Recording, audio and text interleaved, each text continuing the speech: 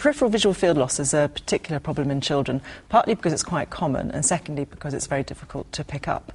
Lots of different things can cause visual field deficit, such as visual pathway tumours or brain infarction in children, or otherwise some ocular abnormalities like retinal dystrophy and optic atrophy. Our main problem with children, though, is that it's extremely difficult to pick up when these visual deficits happen, and that is why we have created KidzEyez. My name is Louise Allen and I'm a consultant paediatric ophthalmologist at Addenbrooke's Hospital, which is part of the Cambridge University Hospital Trust. At the moment there's no other way really of testing visual fields in children besides quite a old-fashioned technique using little finger puppets where we get the child's attention with one finger puppet and bring in the other one and we see how they react to the other puppet. Now the problem with that is it's very susceptible to bias on the examiner's point of view, and if you get lots of people to do it they'll find a variety of different things.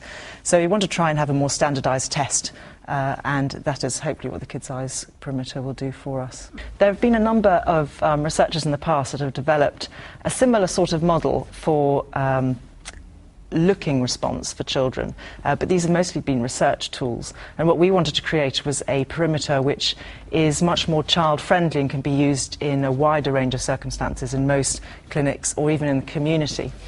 So we've devised a screen, a large plasma screen that the child sits in front of, and there's a central cartoon video playing, so it draws their attention to it, and they're immediately quite sort of into doing the test. And occasionally an object will come up in the periphery, another cartoon, while the central one freezes, and the child's attention will be drawn to that peripheral target as long as it's within their visual field. The plasma screen has a little webcam which has been modified to look at the child's response, and that image is broadcasted to a clinician sitting on a monitor elsewhere, so they can actually look at the child's response to the peripheral target. We had thought about using eye tracking technology for that, but in fact it seems to work a lot better if you have somebody who's used to looking at preferential eye movements in children to actually grade whether that response has occurred. One of the problems in children who have visual field defects is they tend to make hunting movements into their blind visual field, and that's particularly difficult when you're doing confrontation testing because they will tend to look up your arm and they'll tend to sort of hunt, and actually it's quite difficult to draw them back to the centre and see if they're actually seeing something coming in from the periphery. So because the object of interest is much better for them having the cartoon there, they tend to sort of fixate much better on the cartoon. And of course there's no hint to them. They don't follow the arm up to the target, it is just a target there. So in order to see it, they will actually have had to see it in that visual field.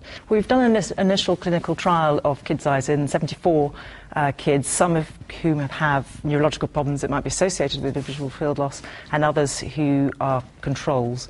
And basically we've shown the KidzEyez to be 100% sensitive and specific compared to confrontation visual testing in those kids.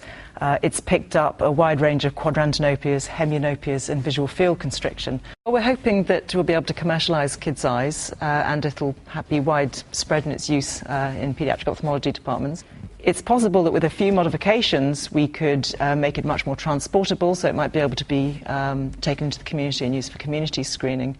And the other possibility is that visual impairment teachers might want to use it for that as well, so when they see children in the community they can actually measure the visual fields themselves.